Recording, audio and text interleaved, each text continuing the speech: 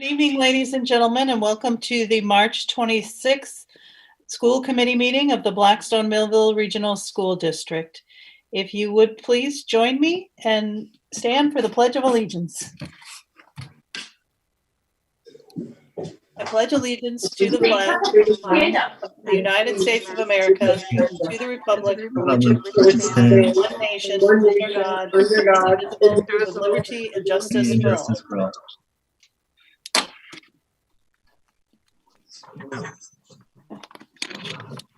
So first of all, I would like to go around the room and have introduction of members. I am speaking to you. I'm Jane Reggio from Millville.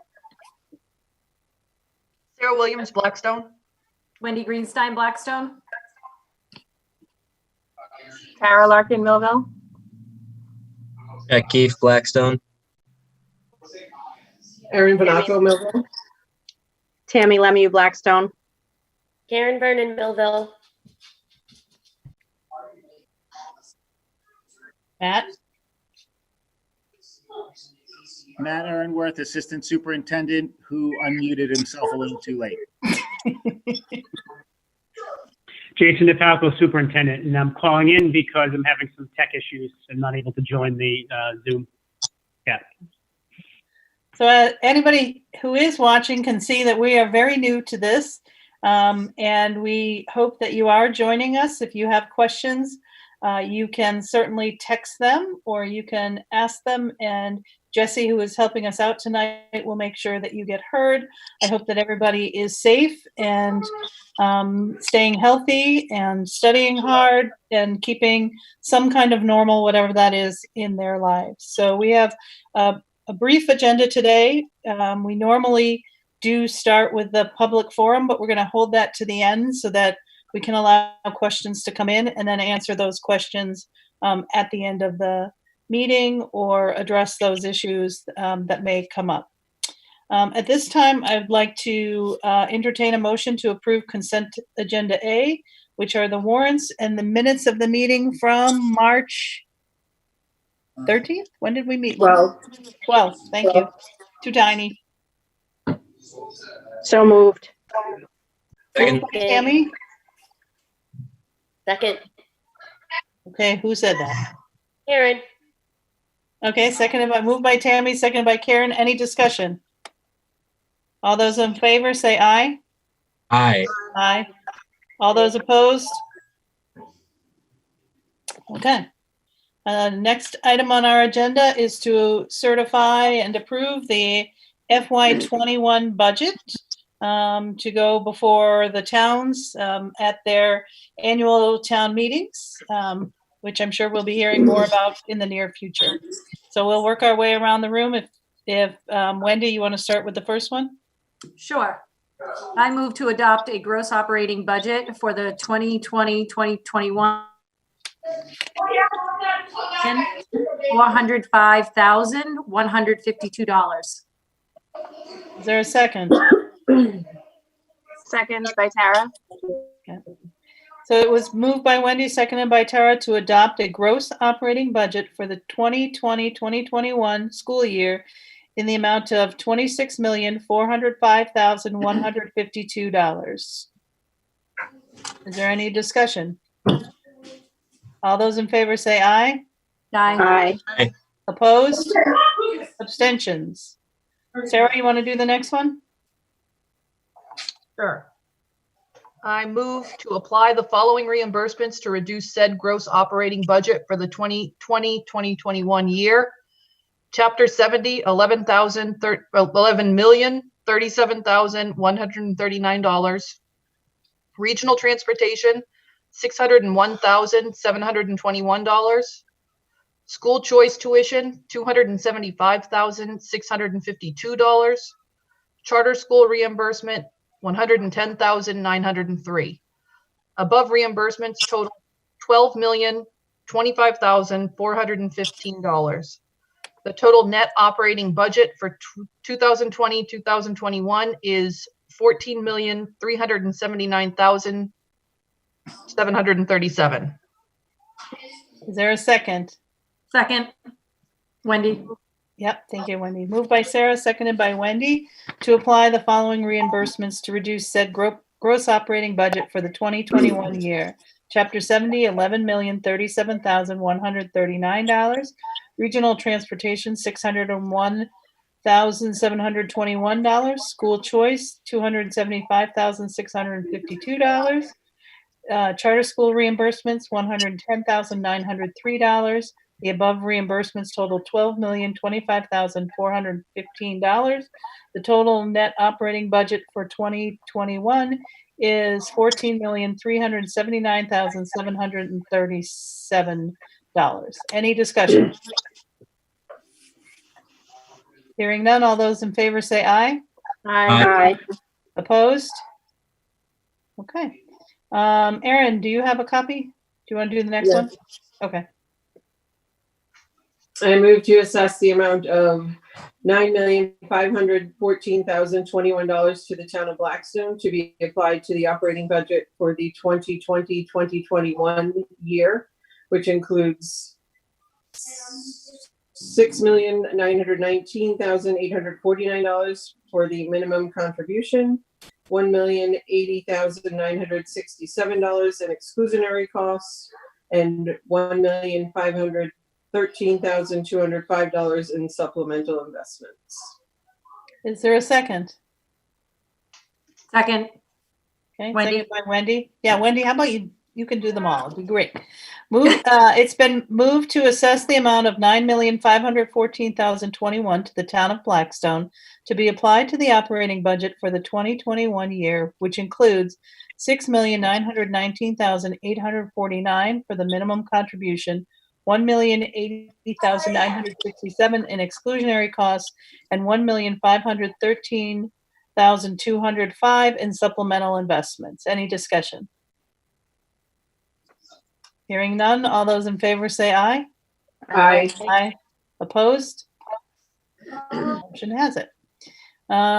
Jack, you want to go next?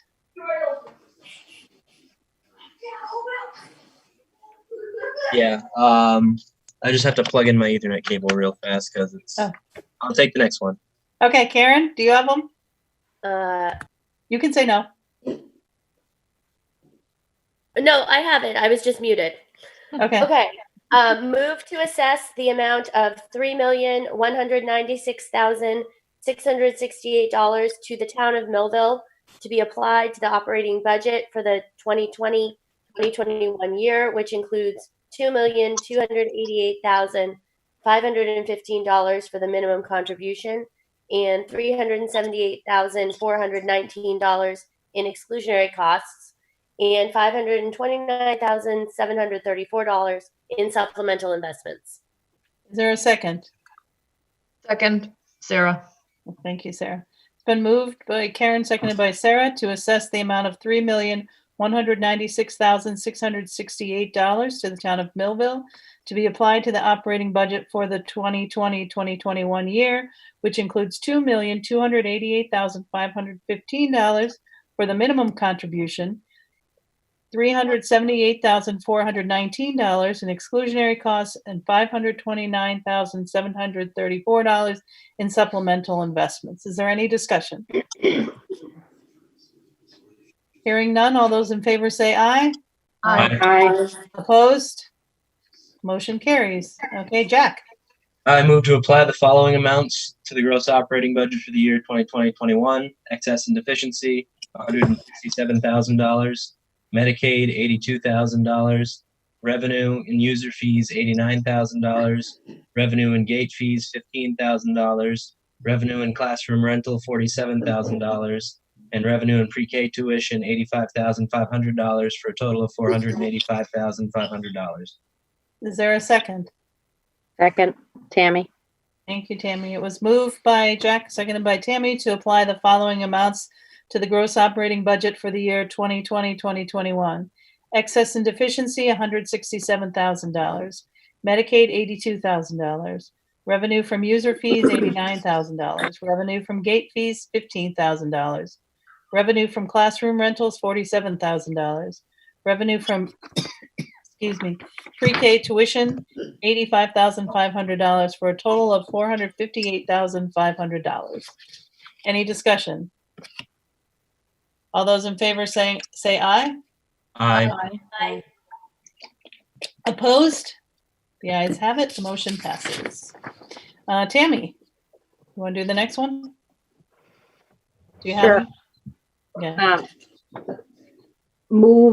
I'm sorry, we're on the Town of Blackstone one. No, we're on the capital, second from the Capital. bottom.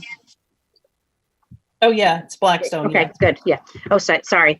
Move to Okay. adopt a capital and interest budget in the amount of $331,285 to be assessed solely to the Town of Blackstone, which includes $145,513 for the FWH Middle School, $22,582 for the JFK Boiler/Windows project, and $163,190 for the roof projects. Is there a second? Second. Seconded by Jack.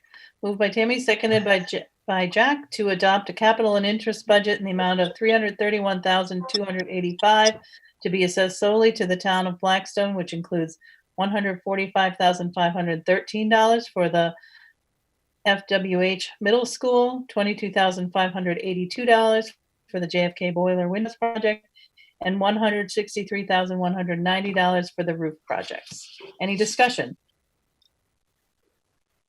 Hearing none, I'll take the vote. All those in favor say aye. Aye. Aye. Anybody opposed? Motion carries. And Tara, I move to adopt a capital and interest budget in the amount of $137,977 to be assessed solely to the Town of Millville, which includes $50,940 for the FWH Middle School and $7,527 for the Millville Boiler project and $79,510 for the roof projects. is there a second? Second. Second.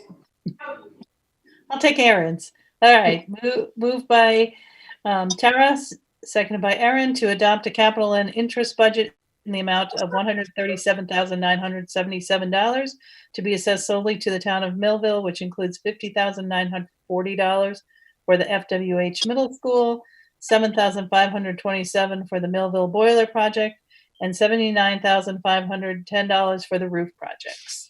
Any discussion? Hearing none, all those in favor say aye. Aye. Aye. Aye. Aye. Opposed? None. The motion carries. So the motion's carried. The budget will be certified and signed, I think, by Karen. Not sure. I think that's correct. And sent to both the towns. Copies of the budget and the PowerPoint that was shown at the last school committee meeting will be available online if anybody wants to learn more about our budget. But correct me, Matt, if I'm not mistaken, it did not change from our previous meeting. No, it did not change. And for anyone that was doing quick math while we were reading those numbers, there was a PDF attachment with the school committee documents. So all of the numbers that were read on these motions do not actually completely add up to the gross operating budget. They don't include circuit breaker or grant funds because we can't include them as their reimbursements from the state, but we're planning on getting those. So I just wanted to make sure that everyone understood that. Thank you. Okay. The next thing on our agenda is to approve some minor changes to the regional agreement. The amendment committee had some meetings with both towns, Board of Selectmen, and with itself. And there were a few issues that needed to be looked into a little bit further. One was the way in which debt or capital is addressed, and one is the way in which if the school committee wants to raise its budget after it's gone to towns. What we found was that we had part of the laws from the state, but we did not have all of the components. We had section C and we should have had A through C. So it has been amended and copies will be available, but we need to change and accept the amended version to go forward, again, to be delivered to both communities for their annual town meeting. So if somebody wants to, or Sarah, if you want to make that motion and say anything else. Sure. I'll make a motion to approve the amended agreement. Okay. Anybody want to second that? Second. I'm not sure who said that, but Tammy, sorry. Gary, thank you. So there's a motion on the floor to accept the amended regional agreement and to send it to the towns for vote at their annual or special town meetings. Is there any discussion? Tammy? I don't know. I keep forgetting how to raise my hand. No, over that's there. okay. That was good. That worked. So I just, the amendment has already been approved by DESI, or does it go to DESI? Where Yes, does so DESI fall in? it has already, these were the discussions that came back from DESI's review. And so one of our townspeople had questioned it and then DESI had questioned it. So they went back to their legal counsel and so we now have the whole component of that law in our regional agreement. Thank you. Anybody else? Okay, hearing none. All those in favor of the approving the amendments to the regional agreement, say aye. Aye. Anybody opposed? Okay, thank you. We'll move that forward. Excuse me 1 minute. It was at 6. As soon as I'm done, I told you. Go ahead. Sorry for the interruption. This is what happens when you do this in real life. The next thing on our agenda is the changes to the superintendent's contract. We had originally offered Dr. DeFalco a contract that started in July 1st of 2018 and should have updated that and took a look at it in 2019. At the time, we were under negotiations with our teachers union, and so we chose to hold off on that. But I would like to make some suggestions. We've done some minor things in language in terms of changing evaluation process, some of which I'll speak to. But the major changes to the contract would to extend the contract to June 30th of 2024. It currently goes into 2022, so we'd be looking to extend his contract for 2 years, which would give him 5 years. Now, remember, this is from July 1st of 2019, so you have to go back to the start of the year.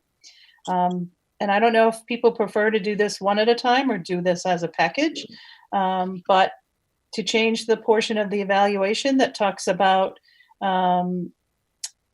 current goals being set between, no, wait a minute. I'm sorry. It currently talks about goals August to September, mid-year in January, and summative by June 30.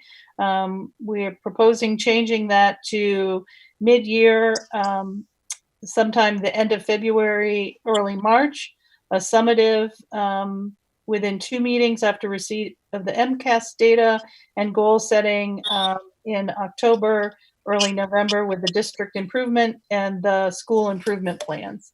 Wendy, did I get that part right? Yep. Yes, you did, Jane. Thank you. And I'd also like to change his regular compensation to increase it by $6,000. Would somebody like to make that motion? So moved. Second. Moved by Aaron, seconded by Jack, to extend the contract 2 years to 2024, to change the dates of the evaluation process, and to increase the salary by $6,000. Is there any discussion? Okay. From my perspective, oh, go ahead, Tammy. Sorry, I was just going to say that I'm really excited about the contract extension in that as a committee, we have talked about, I mean, since I've been on, and that was after multiple superintendents, I think that our base is started, our foundation is started and moving forward in the right direction. And I think that it goes a long way to make steady progress when you have the same person who created the goals to carry them through. And so for that reason, I'm really excited about that piece of things. Okay. Anyone else? I was essentially going to say the exact same thing. I think our message as a committee, and we'll see if we're unanimous in this, but I'm guessing we will be, is that this is the person that we would like to lead our district. We have faith in the direction that he's going, and quite frankly, pride, particularly as we've watched how schools have managed this coronavirus system and keeping students engaged. I have a lot of pride for what Blackstone Millville is doing, and the path that people are participating, not just from the superintendent, but the entire leadership team and every teacher around the block. They're all pitching in, and all staff people. I don't think there's anybody who's sitting this one aside, and I think that that's a direction of the leadership and the willingness to stick himself out there. So I think this is, while not supposed to be reflective of the current situation, supposed to be reflective of what was happening last year, I think this is a good model of where we will go into the future. So anyone else? Okay, hearing none, would you like to do those one piece at a time or in its entirety? Entirety. Okay. All those in favor of extending the contract to 2024, changing the evaluation dates to reflect current practice, and increasing the compensation to $6,000 by six, not only making $6,000, by $6,000. All those in favor say aye. Aye. Aye. Any opposed? Any abstentions? Okay. That concludes our business as a school committee. At this point, I'm going to turn it over to Dr. DeFalco to talk about what's happening in the district now. Excellent, thank you. And I hope everyone can hear me clearly. Before I shift gears, I just want to really thank the school committee and let everyone know, not just the 8 of you on the committee, but the entire community of Blackstone and Millville, just how appreciative I am and how humbled I am to be able to continue leading this work. I'm really proud of our 2 towns and quite frankly, very honored to be in this position. And I can tell you from the bottom of my heart, I will do my best each and every day to continue to improve every level of the system. So a very sincere thank you to everybody. And I'm really excited about the extension and to continue advancing the district goals forward so that we are helping every kid, every student achieve at his or her greatest level. So thank you very much for that opportunity. And with that being said, I just want to give a quick overview to the district's response to our current situation. And Jane, I think you said it really well in terms of this has really been a community effort. There is not one individual who is not pitching in and helping make this work. And, I think these kinds of situations really have an opportunity to bring out the best in a lot of people. And I would say very pointedly that it has done just that.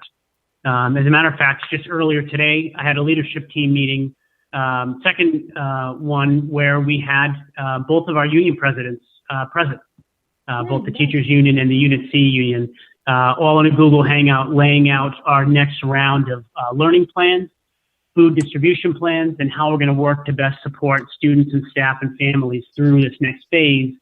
Now that we know that this is going to be extended till May 4th, I will tell you that is a very rare practice that I have not seen in many places.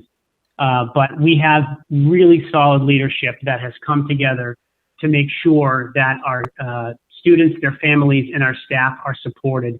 And, it might sound a little strange, but one of the first things that our leadership team did was set some guiding principles. there are three principles that are guiding us through this, crisis situation.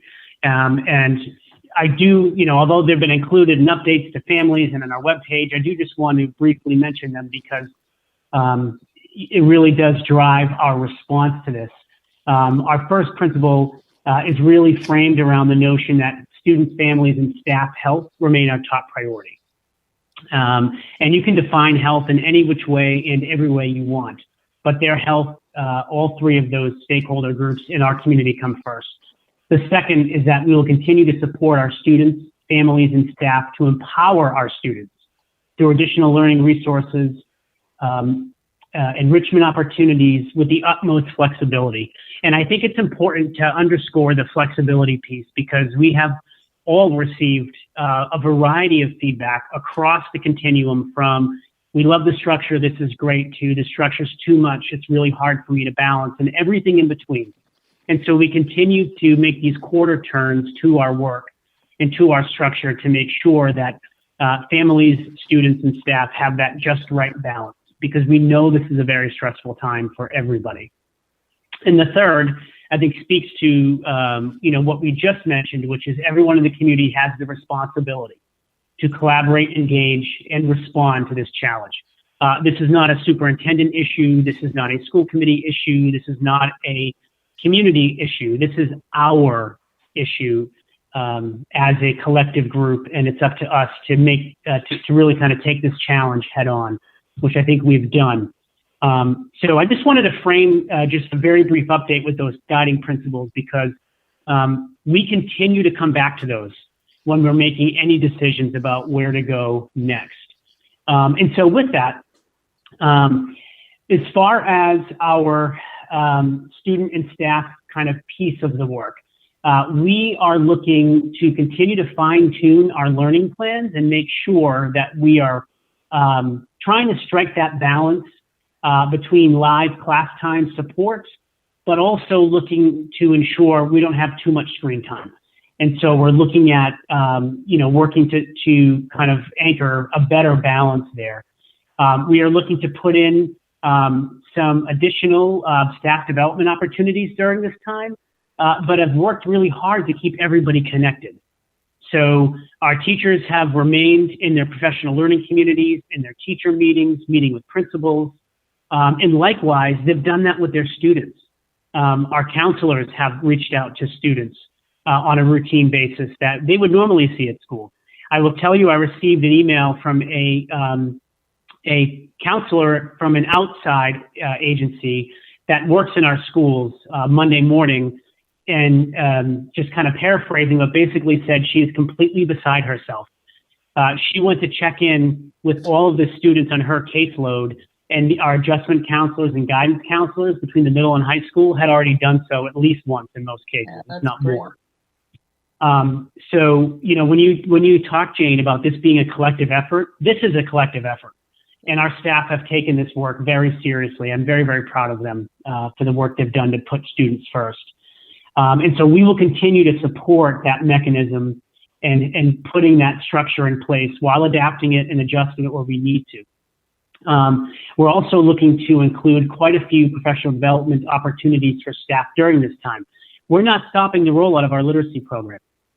We're just going to roll that out through directed webinars where our trainers are just meeting with grade level teams virtually instead of sitting with them in a conference room. So all of that is rolling out as planned. I don't want folks at home or the committee to think that this work has stopped.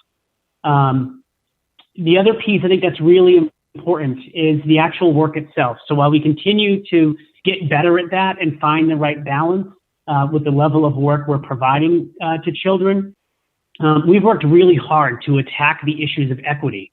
I think the committee knows how important this issue is to myself and the leadership team, as I know it is to the entire committee. We're trying to remove the barriers that would prevent students from being able to access their learning while they're not here. So we have started our Wi-Fi hotspot delivery today. It took a little time. They finally were delivered actually to my home on Tuesday. We didn't want them delivered at school in fear that somebody may not be there to receive them. Right. And Matt actually talked my family through how to get them all set up and charged up through a Google Hangout, so that when I brought them in Wednesday, he could get them ready for distribution between Wednesday afternoon and today. So those have started going out. Chromebooks have been picked up for folks who have needed them at the elementary level, and we continue to do that as parents outreach us. In our packets, the actual work packets and binders have gone out for people who would prefer a little bit of a balance between the screen time and the hard copies, or just straight work packets. And we're bringing teachers in early next week in a very organized, very small group manner in order to do another round of planning in their classrooms and get additional materials that they need. As you're all aware, the governor did put some additional stay-at-home advisory components into his executive order. And thankfully, as educators, we're all essential employees. Right. So in very small groups, no bigger than 5, we will be bringing staff in separately to work in their classrooms to do this next level of planning. And the principals will be coordinating all of that as far as getting the next round of packets and such ready for parents. As you know, the first pickup went very, very smooth, and we will continue that again. Shifting gears to our food plan. As you know, in the past 2 weeks, we have served about 1,500 meals across 5 sites in our 2 towns. Both Keith Ducharme and myself have been driving the vans in 2 different sites and setting up the tables with volunteers, keeping folks 6 feet plus apart from each other, and serving breakfast and lunch. We know that the food insecurity issues are real. They're real in every community and no different in ours. And so just today, we sent out our food delivery expansion program, where we have partnered with Telstones to get some bus routes up and running, and have sent out a survey to families. We also put it on Facebook. Tammy, thank you so much for that reminder, so that families can go in, tell us the site location that would work best for them, and we will have the food package for them, breakfast and lunch for the number of children they need, 0 through 18, at no charge. And, you know, my worry is, and I know that my leadership team feels this way, I'm sure the committee does as well, the longer this goes on, the more significant these food insecurity issues are going to be. Yes. And I cannot tell you the number of parents that have outreached me saying, thank you so much for this. This is one less thing I have to worry about. I cannot tell you how appreciative we are. I have truly had dozens upon dozens of emails thanking us for just taking this one worry off their plates. Okay. We are working with the Department of Education on reimbursement. That approval has not come through yet, but we do have a plan in place. But either way, we have to feed our kids, and we'll do so and continue to work with the Department of Education. We hope to hear as soon as tomorrow on an update on our reimbursement. They have applied for a waiver at the federal level for 100% reimbursement for all school systems. I will say that there are districts that have decided to wait until that comes through, and they have not started a food program. We couldn't do that. That goes against our very grain, and so we will work through that process as I hope as soon as tomorrow. So if our families are watching and listening, if you haven't taken that survey, please do. It was email blasted out, and it's also on our Facebook page. From a communication perspective, from that segue into that, we have our BMR support at bmrsd.net email address. Parents are using it, which is wonderful. We've received dozens and dozens of emails right to that email address. And I scan all those and send them off to the appropriate place or answer them myself. But it's really helpful. You know, and a lot of families are just sending things like, we don't really know where to go with this one, but who can help me with X? And then I can screen them and send them off to the appropriate person to assist. Matt has had all of the school main lines forwarded directly to principal cell phones, so that if you call the school, the principal is going to get the call directly to his or her cell phone and be able to answer you right away. I've given out my cell phone to families 3 or 4 times and encouraged folks to use it. People have. I've gotten a few text messages and about a half dozen calls, and appreciate that. We're providing regular updates, as you know, through emails, push notifications, text messages, also using our social media, Twitter, Facebook, etc. And we have a COVID-19 page linked to our webpage where we have a variety of resources for families, which include samples for at-home schedules, how to help your student with some social emotional behavioral issues, and additional instructional resources with that. I really want to underscore our district is running. We are running. We might be running different. I'm sure that Matt will attest to this, as is the leadership team. They're really sick of seeing my little face on a screen. But we are running our school system at full capacity. Our teachers are meeting, our principals are meeting with our teachers, they're meeting with each other, they're meeting with our consultants, Focus Schools. Carrie's been directly involved in all of our work. She's in all of our meetings. We have our standing principal meetings instead of them being in the school. I have them through Google Hangout. Like I said, we just had another leadership team meeting today. This work is not stopping. And so I really want to be able to convey that to our communities so they know we are here. We are here all day, every day, and ready to respond during this really challenging time. And we look forward to what we hope is a May 4th restart. And we will be watching this very closely through the upcoming days and weeks to ensure that we are moving in the right direction. And with that, plugging into all of the opportunities that our Education Commissioner offers through his office, our Office of Finance and Operations at the state level, and all of the meetings through the Massachusetts Association of School Superintendents and the Blackstone Valley Superintendent Association. If anything, all of that work has increased tenfold because we want to make sure that we are providing the best service to every single student in our 2 towns that we serve. Questions or thoughts? That's all I have for my report. Anyone have any questions or comments? We'll go around at the end too. Okay, thank you, Dr. DeFalco. And again, thank you for the work everyone's doing and directing that. Matt, do you have anything? Okay. Committee, does anybody have anything they'd like to say, add? Tammy, go ahead. As a parent of a senior in our district, I am hoping that decisions on canceling things beyond the date of our stoppage, well, not stop, I shouldn't use the word stoppage, Jason, of our not going out in public. I don't know what we're calling this.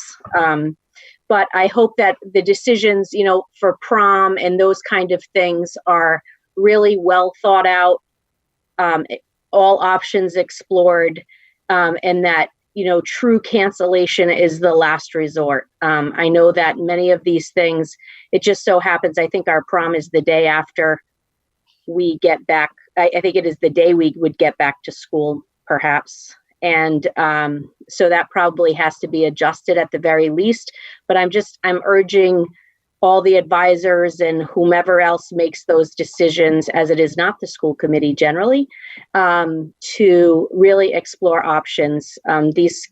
All of the kids in our district have faced so many, cancellations and such.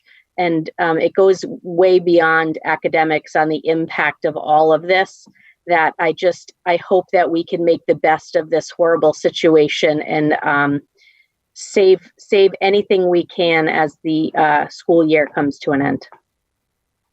Jane, would it be okay to address that? Absolutely. Yep. I'm super glad that you said that, Tammy. Just as recent as yesterday, Mike yesterday or today, it was this morning, Mr. Dudek and Mr. Ducharme held a meeting with the seniors that were able to jump on.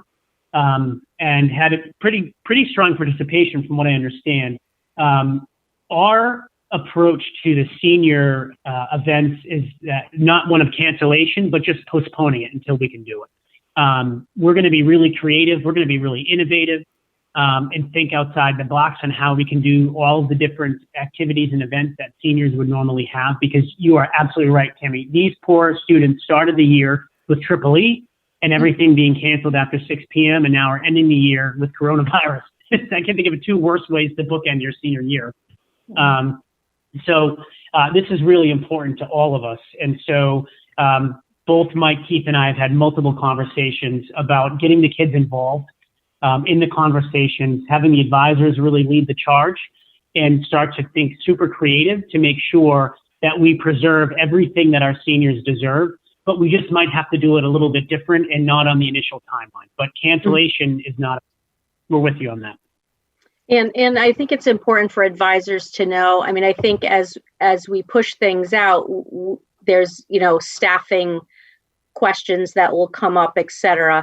Again, think outside the box. I'm sure there are plenty of people who could chaperone events or pitch in wherever they need us to pitch in. So that's all. I'm just hopeful that something can be preserved as this goes to the end. Absolutely. Yeah, agreed. I think we probably would all be in agreement with that one, Tammy. And I do think there are creative ways, and I do think there are ways to still celebrate the successes that are happening. People are getting college acceptance all over the place, and that should be what we're posting. I mean, life will move on. It may be different, but it will move forward, and we need to celebrate the triumphs as well as the deal with the issues that we face. But I think if we're all in it together, which we have been, we'll move some mountains. And so I think it'll be okay. But nobody knows. Nobody knows what that magic date is, or if there's a magic date. But we'll plan. We'll get creative. We'll think of different things, and we'll celebrate the small victories as we go along. So that's the best. May I just add one more thing, Jane? Of course. I implore the public to wait for initial official announcements from the BMR high school or elementary or complex or anything, rather than listening to general public on what they've heard. So, wait for an official announcement before reacting to anything that comes next. That's a good point. Anybody else have anything else they would like to add? Okay. Jesse, do we have any public comments or forum? Okay, no. So our next meeting is scheduled for April 6th. Do I have that right? Maybe I don't.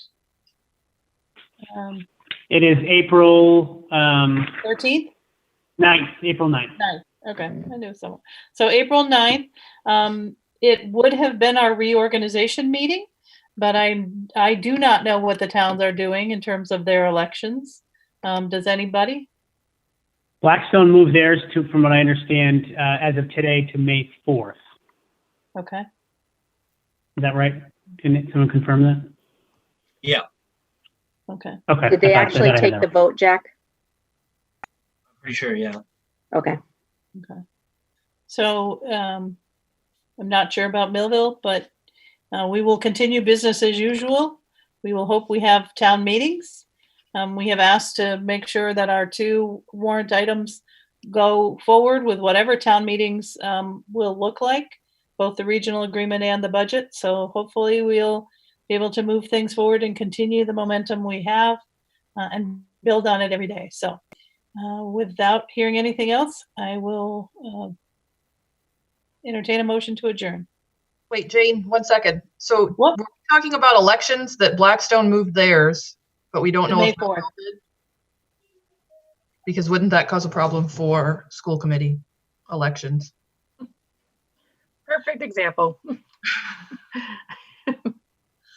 I had In to the current regional agreement, it would. pretty quickly. In the current regional agreement, it would. Yes, it would. Yeah. But I don't know. But so I don't know, Sarah, because the ballot's already there. And so the people exist on both ballots. So I would wager a guess in this circumstance, if we went to the state, we would be wavered from, because you could still vote for the Should we whoever was on the ballot. reach out to find out about that?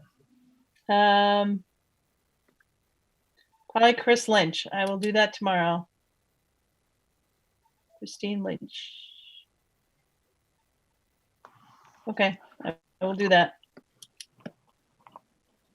We don't know what Millville has chosen to do, though, do we? I don't. Millville has said that they are meeting. Jason, I believe the date is it's right in the beginning of April.